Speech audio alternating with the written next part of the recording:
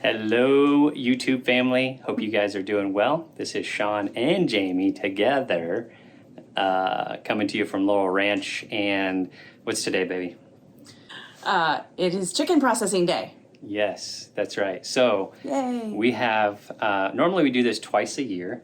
I think next year we're going to do it more like 4 times a year. Yeah. But when we do it twice a year, we do it with our best friends. They're coming over, bringing some chickens. You guys have seen our chickens, I think, on some videos out in the meat tractor. So today's the day. So I'm going to give you guys a walkthrough. We're not going to show anything what we're doing. YouTube doesn't like that. Yeah, but we are going to give a walkthrough of what we do. But before we do that, I just wanted to address, processing your own animals. Yeah. Right? I think that's one of those things where it was a little bit weird. First time we did it, it's like, oh, I don't know, it's weird. It's a learning curve for sure. Learning curve. There's also, there's a life involved. Yeah. Right? You're taking a life, and that's a little bit, that should be difficult. Yeah. Right? But I think where we really came down to is like, we're going to eat meat. We're going to eat chicken. Most people do, right? Yeah. And meat comes from animals. And so the blessing that we have here is that we know how these animals were treated. Yeah. We've seen pictures of how chickens that you buy at the grocery store, how they're raised, the conditions that they're raised. They don't have a lot of interaction. They don't have much space. They don't have much space. It's not really a healthy environment. Yeah, there's a lot of things that. And they're pumped full of antibiotics and stuff so that they can overcome any diseases that they encounter because of their horrible living conditions. So. Yeah, so one of the things that we feel good about is that because we are going to eat meat, if we raise our own animals, we know everything on how they've been treated. Yeah. So our chickens are not pumped full of antibiotics. They don't have any of that. All their feed is all natural if we do give them feed, but they also get to be out on grass like you saw. They do have protection from predators, but we move that chicken tractor every day. So every day they're on fresh grass. It ensures that they don't get sick. They don't have parasites and things like that. Keeps them healthy. They get fresh bugs. They're exposed to sunlight, all that kind of stuff. They're not in an enclosed thing. So we feel good about the fact that we're treating the animals well. Yeah, you want to respect the life that you're given. Yeah, and even in processing them, we make sure that everything we do, even like in the dispatching, that we do it in a way that's the most humane. Yeah. The least traumatic. The least traumatic, where they're not experiencing pain and all that kind of stuff. Yeah. So anyway, just want to address that first, because if you are going to raise your own animals, there's that element in there, and it's always a little bit difficult, and not everybody can do it. No. Right. But I think anybody could if you had to survive. Right. But obviously we're not in that position yet. So yeah. And people go, hunt deer, hunt elk, hunt, pigeon, or not pigeons, the flying birds, quail, doves, things like that, right? So maybe some people eat pigeon. People do that and process their own animals all the time, right? I think it comes to when it's those animals that you normally buy at the store that people get a little bit weird about it. So, but I'm going to walk you through the process and just show you everything we do and a couple things that we've learned that are useful for us. Yeah. Okay, so normally this is the spot that we would set up everything to do our chicken processing, because it's on the concrete. We can wash everything off. The water flows down. Everything works good. Today, it's pretty overcast, and I set everything up out here, and then it started raining. And we're not supposed to have rain till later, but it's kind of off and on. It's a little bit cold. There's some windy, overcast, so I just don't know. But so we moved it. But first off, you can see right here on the outside of the house, I had plumbed in 2 water spigots. The one on the right is our well water. The one on the left is our water that's gone through 4-stage filtration, as well as water softener and all that stuff. So you can see our hose is hooked up to that one because since we are processing the meat, I want really clean water. So what we did here is on the back patio, we created a little windbreak. You can see the wind blowing against it to give us a little bit of shelter. If it rains, no big deal. Ideally, we'd love to do this in the barn, but the barn's not ready. Probably by next time they will. This is where we start our process. I can show you what we've got over here. Anytime you start, you got to have some hot water. This is a stock tank that is way too big. It's 100 quart. You don't need near that size. Probably like a 30 quart works perfect. But you have to have some water to 150 degrees to dip the chickens in and scald them so that the feathers will come out.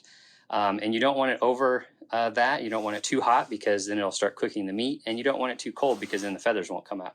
So one thing that we found really useful when we're doing this is these gloves. So these are rubber insulated like heat gloves. They're used for handling hot meat like when you're smoking. And we found these are really helpful to hold on to the chicken when you're dipping it in the water. That way your hands don't get scalded by the hot water. Also, sometimes with just a slight breeze, the burner can go out. Now, since we're on the back patio, we've created some shelter, but I also put these metal panels up, and that'll help to keep the flame going because you don't want your flame going out and just shooting propane everywhere. So this is where we start.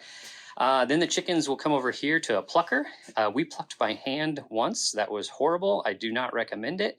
So this is a yard bird. We love it. You have to hook up water. So we've got water hooked up here, and we hooked it up to a manifold, right? Because we need a hose or we can spray stuff down. But then we've got this one where we can just turn it on. There's water going into the plucker, and we can turn the plucker on. Also, one of the things that we found really useful is that on these pluckers, the feathers come out right there. And we never found a good way. You can't have them go into a 5-gallon bucket because then water comes out here too. The whole bucket fills up with water.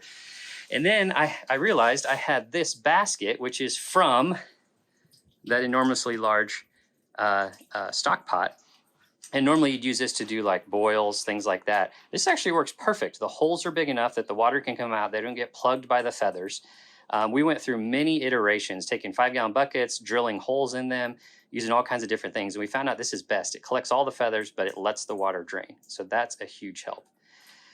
So next step, after they've gone through the plucker, is we go over here to the table. And one of the big things we did here is I created these table extensions.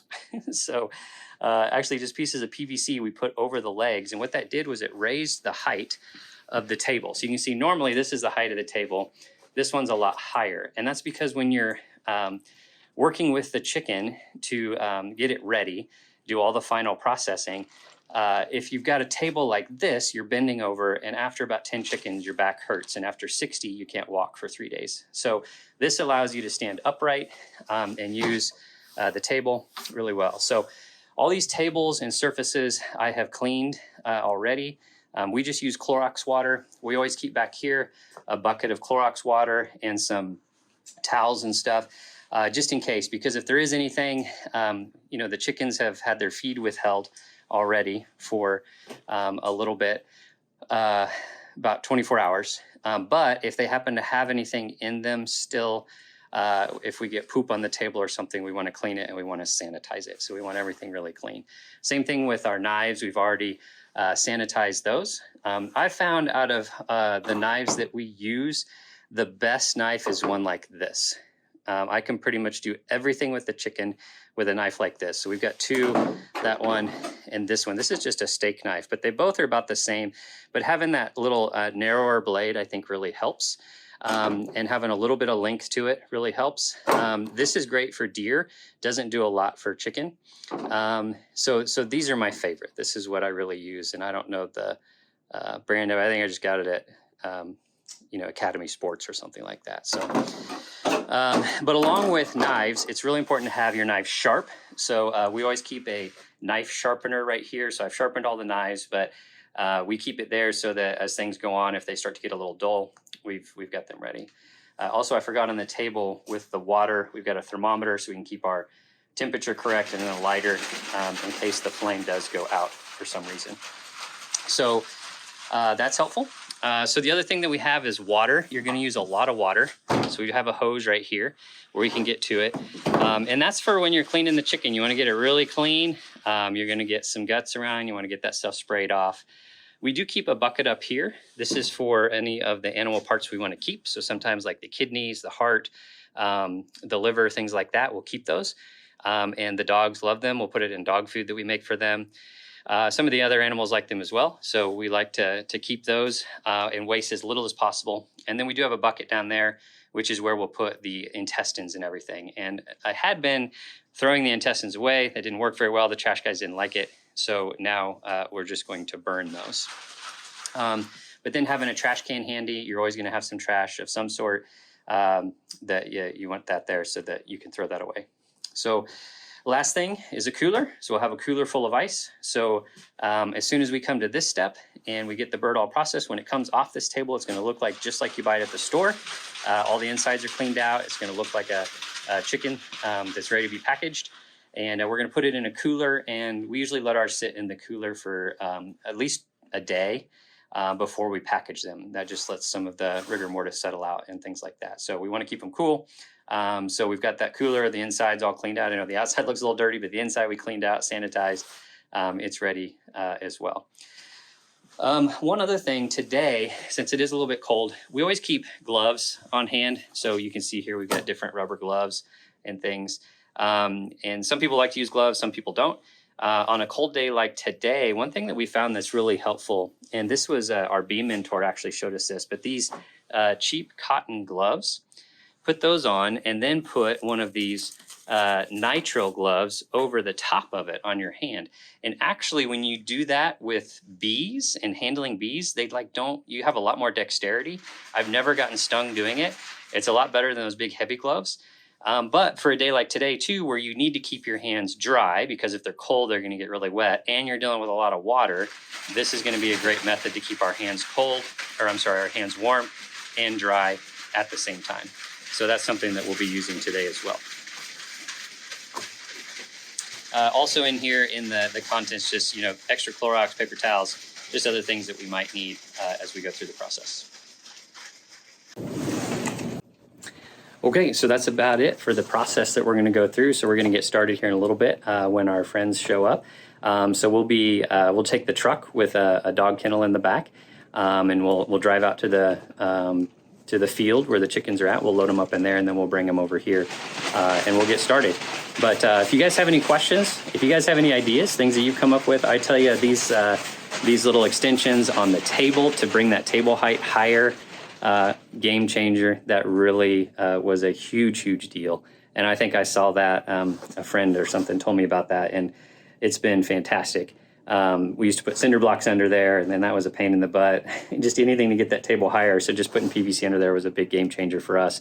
And then also the proper equipment to use as well. But all in all, it's a pretty clean process. And we'd like to keep everything really natural. In the summertime when we're doing it, we'll have fans just to keep flies away and things like that. So the fans are helpful. If we did it on the back patio, you can see right above my head, there's a ceiling fan. So that would be helpful. In our future, hopefully, we'll do a video. We'll do it in our barn where we've got floor drains. It's all enclosed. We can control the climate, all that kind of stuff. So that'll be a lot better. But yeah, interested to hear from you guys. What do you think? If you have any ideas, suggestions, if you've been processing chickens and you found something that works really good, let us know. We'd love to do things better. And we've got some ideas on how we could do things. But I think the big key is having it set up. Normally, this setup now, the way it is, all crammed in here. And sorry for spinning around so fast. But you can see it's all crammed in. That's just because of the weather. Normally, it's not like that. It's a one-piece flow. It looks really nice. Just the process engineer in me makes it look really nice. We have done it enough times that we know exactly where to put people. So we always have one person on the dispatching, one person doing the scalding and the plucking, and two people doing the eviscerating and the final processing. And by doing it that way, 4 people is kind of about perfect. We're able, it used to take us like half a day or more to do 60 chickens. Now we can do 60 chickens in just a couple of hours. So setting up a good process is super important, and having good flow. This is not good flow that we have today, but we're dealing with it. But anyways, if you guys have ideas like that, let us know. Be interested to hear from you guys. Okay, so here we are about 2 days later. Chicken day turned out pretty well. Went pretty smoothly as anticipated, and we got good products. So I think we had those chickens out. We raised them for 8 weeks, and the chickens averaged anywhere from 4.6 up to over 6 pounds. So I think average it was like 5.5, something like that, pounds. So pretty good weight. And now they're all ready. So we've got them here. We packaged them up yesterday. And I was thinking we should have shown that process, but it's pretty simple with the shrink bags. And then we've got them here in the fridge, ready to go. So there's chicken ready to go, all shrink wrapped and sealed. and we've got people that Jamie's taking them to today, and then obviously we have some for ourselves as well. But hopefully you guys learned some things. If you have some questions, let us know. Put them down in the comments. I'd love to hear from you guys. But we definitely like chickens. They're pretty easy to raise and process. Great food, you know, for a homesteader, but also a great way to get started into farming. I think at least it has been for us. So again, subscribe to the channel. Like this video if you found value in it, and come along with us on our journey. We'll talk to you later. Bye.